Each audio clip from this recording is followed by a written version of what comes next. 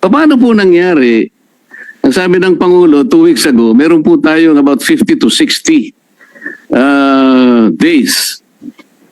2 weeks lang po nangyari. Meron po tayong stock. Bakit sumipa po ng 120%?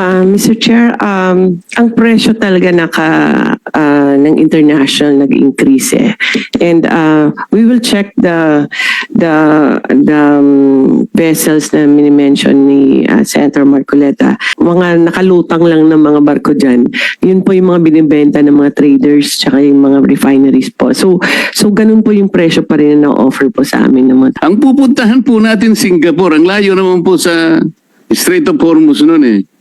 Nagkakaintindihan po ba tayo? Kaya tinatanong ko po, paano po tayo napunta sa 110? Sino po nagsabi sa inyo? Sino nag-advise sa inyo? Napakahirap pumanap ng vessel para Secretary, ang maps po is only $1.71. Sinasabi ko na po ito eh.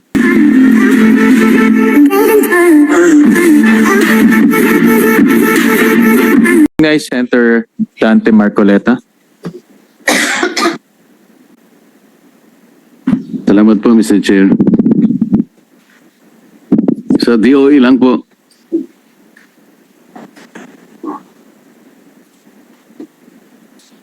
Mr. Chair, siya ngayon po ang presyo ng diesel is 120.95 average po. From 55 pesos pre-crisis level. Ibig sabihin tumaas po ng 120%. Bakit po kaya?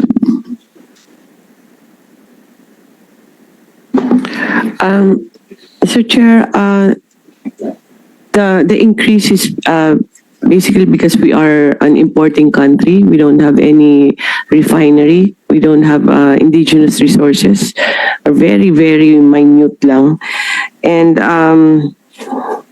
if Mr. Chair, if you allow me, our fuel, our pump price, more or less, ang fuel cost niyan is about more than half, mga 50+%. Tapos meron kang logistics, ang margin ng companies, pero our tax is about 25%, Mr. Chair.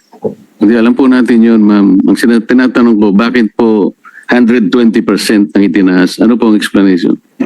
Mr. Chair, the upward push is because of the cost, the price of fuel, Mr. Chair, and because there's a increase in price of fuel, and then there's uncertainty in the infrastructure of the oil industry internationally. Yung logistics tumaas, tapos yung insurance tumaas na rin kasi natatakot na rin silang magpagamit ng vessel nila or crossing that traversing, no? So tumaas lahat. That's a component, all the logistics, insurance, mga lahat po, Mr. Chair. Did the government initiate an inquiry, for example, from the oil players, kung yung 120% is reasonable?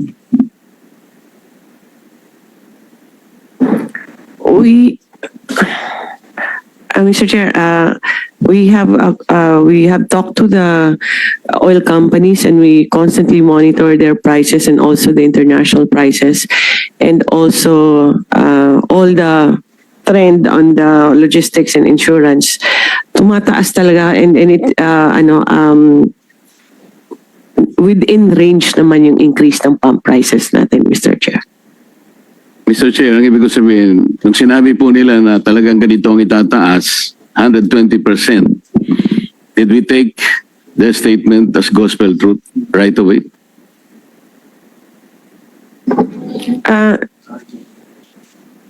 Mr. Chair, how it is it's a deregulated industry. So ang monitoring ng DOE lang yung ginagawa niya on checking what their prices as. Yes, sir. It is within the range na kinakalculate din ng DOE, Mr. Chair. Mr. Chair, kasi po, ang alam ko, ang pinakamalaking refinery sa buong mundo, yung Rotterdam refineries. At meron po yan mga tangke na nakabalagbag sa Singapore. Marami po yan. Pati Petronas po, the second largest in the world. May mga tangke po siya sa Singapore. Nag-check po kasi ako, Mr. Chair. Halimbawa po, yung sa Rotterdam Refinery, kung halimbawa FOB price po, $570 per metric ton. Ang isang metric ton po is 1,180 liters. So kinuwento ko po yon, kasama na po yung itinatawag silang MAPS, yung means of Platts Singapore, which is $1.71.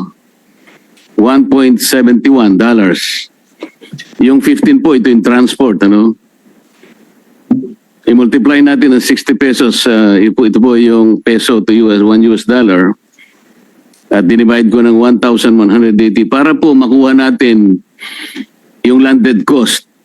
Alam po niyo, it's only $29 at 29 pesos 83 centavos. Kapag sinama po natin, kahit hindi natin alisin ang excise, VAT, may importation, distribution, storage, broker fees, SGS survey, 2% CME, ito po yung coconut methyl, at saka VAT differential, which is actually 15 pesos and 51 cents. 45 pesos lang po yun eh. So, ang sinasabi ko po, Mr. Chair, bakit hindi po tayo, kasi po narinig ko, sinasabi nyo kanina, nakipag-usap kayo sa South Korea, nakipag-usap kayo sa China, nakipag-usap kayo sa Japan. Bakit hindi po ang gawin ng PNOC, direkta po tayong pumunta, magitan ng vessel natin, magpakarga tayo sa Singapore. O hindi po dadaan nyo ng Strait of Hormuz. Mr. Chair, yun po yung ginagawa ng PNOC. We are actually directly contacting possible suppliers in the US, South America, and North America. Lahat po, in-explore naman yan eh. But on average talaga na ang gusto namin mag-diversify para hindi lang galing dito sa Middle East yung source natin, ano. Pero ang isang issue din na why there's a limitation on the US source or on the other side, medyo 30-45 days kasi yung delivery. So may mga logistical pa. But based on what are the offers to us, kasi fina-farm out yun yung offer ng PNOC, ang mga presyo, Mr. Chair, abot ng mga $200 per barrel eh. Madabag sinasabi ko po ay yung mga tangke na nandun sa Singapore. Dalawang malalaking refinery sa mundo, Rotterdam Refinery at saka yung Petronas ng Malaysia. Pareho po silang may tangke. Kapag ka po ang pinag-usapan natin, yung Petronas Malaysia Refinery, yun po CIF, hindi POB. Kaya $640 per metric ton. Alam po niyo yung kwenta ko ron, 32 pesos and 63 centavos. Isama natin po yung additional cost. Huwag na po nating ialisin ang excise, VAT, and so on and so forth. 15.51, ang magiging presyo, mahal lang ng konti, 48 pesos per liter. Bakit po sinasabi natin, kinakausap natin ang Amerika o sa Caribbean, kung ano man yung gusto nyo kausapin, South Korea, or ang sinasabi ko po, nasa Singapore po yung mga tangke. Pwede po nating i-dispatch ang diesel natin. Diesel tank transaction lang po pinag-uusapan natin eh. Nakapagtanong po ako sa kaibigan sa mga industry sa Singapore. Kaya ko po nakuha itong ganitong mga data. Kaya po tinatanong ko sa inyo, paano po nangyari? Ang sabi ng Pangulo 2 weeks ago, meron po tayong about 50 to 60 days. 2 weeks lang po nangyari. Meron po tayong stock. Bakit sumipa po ng 120%? Yun po yung tinatanong ko. Nag-react po lahat ang ating mga sektor. Agriculture, transport, lahat na po. Kaya nga po yung 230 billion na sinasabi ng DBM. Na gano'n na eh. Ang tinatanong ko lang po, bakit po tayo napunta sa 120% kagad? Bakit naging 110 o 120 pesos ang average po ng liter ng diesel? At yung po namang gasolina, 62%. Bakit hindi po natin tinanong man lang, bakit po nagkaganon? Akala ko po ba, tinitingnan natin. Ano po ba yung explanation dito? Mr. Chair, ang presyo talaga ng international nag-increase eh. And we will check the vessels na mini-mention ni Senator Marcoleta. But based on sa mga information na nakuha namin sa mga nag-o-offer sa PNOC and also from our oil companies, may malaking increase talaga both on diesel and gasoline at 101%. Tama ba to? Ang increase niya for the past 3 weeks, 101% and 182% for diesel. But we'll check for the other sources, Mr. Chair, kung baka iba yung arrangements nila, Mr. Chair. Sir, hindi ko po alam kung saan nila kinukuha yung gasolina. Baka pinag-uusapan po natin, ang gagaling ba lahat sa Persian Gulf? Hindi po yun ang usapan eh. Kahit na isara po yung Strait of Hormuz, ang pinag-uusapan is Persian Gulf. Sabi nga nila 20% ang apektado. Paano po yung Suez Canal? Bukas naman po yun. Pero wag na po natin pag-usapan yun. Ang sinasabi ko po ay yung mga tangke na nakapondo sa Singapore. Napakarami po niyan. Petronas Refinery at saka yung pong Rotterdam Refinery. Bakit wala mo pong makapag-explika sa DOE? Bakit hindi po tayo doon dumiretso? Mr. Chair, ang Singapore kasi trading yan eh. And then those mga nakalutang lang ng mga barko dyan, yun po yung mga binibenta ng mga traders tsaka yung mga refineries po. So ganun po yung presyo pa rin na offer po sa amin ng mga traders. We've talked to several already international traders na dumadaan ng Singapore. And same pa rin yung presyo na binibigay sa amin. But we'll recheck, Mr. Chair. I am sorry, Mr. Chair, pero yung mga data nasa akin po eh. Kasi-check ko lang po kagabi. Sa totoo lang. Kagabi po ay 495 pa nga po eh. Per metric ton. Idagdag po natin ang shipping na $15. At saka yung 1.71. Ito nga po yung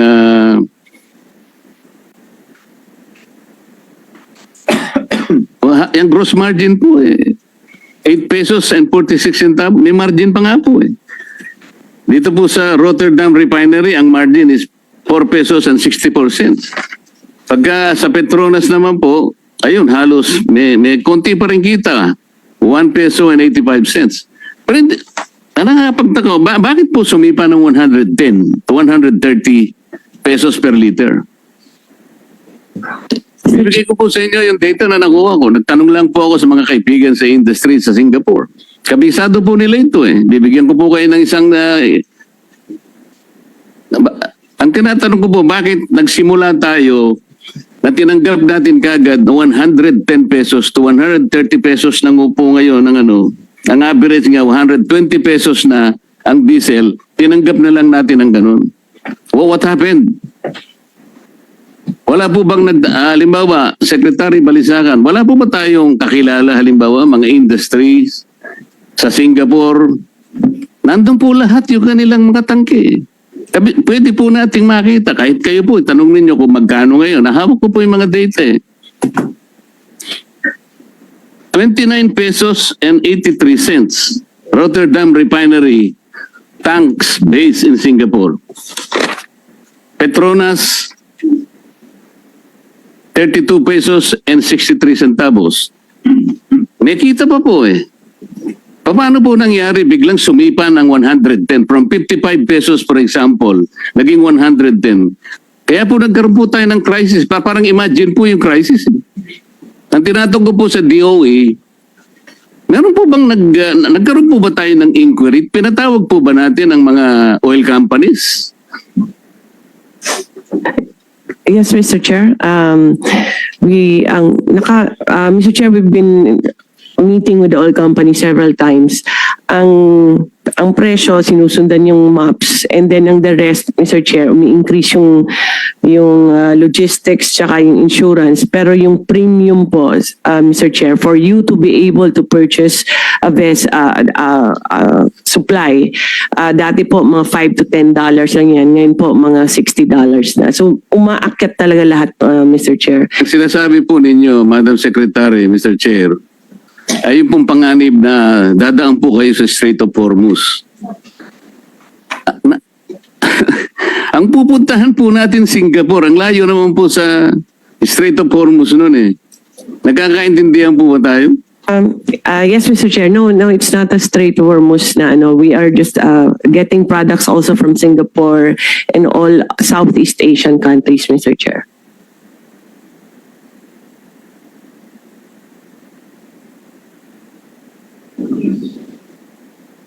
Mr. Chair, ang aking gustong i-discuss, at alam ko ito po ang naiintindihan naman ng DOE.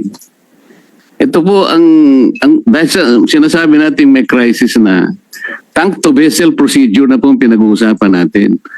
Yung ating pong, ang ating vessel, siya na po yung lalapit doon sa tangke sa Singapore. Hindi po ba nyo alam ang mga procedures? Nasa akin yung procedures, nakuha ko kung paano po natin mapapadali ito eh. Ayun po yung FOB price, $570 per metric tons. Rotterdam Refinery, tanks based in Singapore. Yung Petronas naman po, 640 dahil hindi FOB yun, CIF. Eh, kukwentahin po natin lahat ang mga local add-on, kagaya po na sinasabi ninyo, 15 pesos, 51 centavos lang per liter yun. Kahit idagdag po ninyo yun, sa 55 pesos, may kita pa po eh. Kaya tinatanong ko po, paano po tayo napunta sa 110?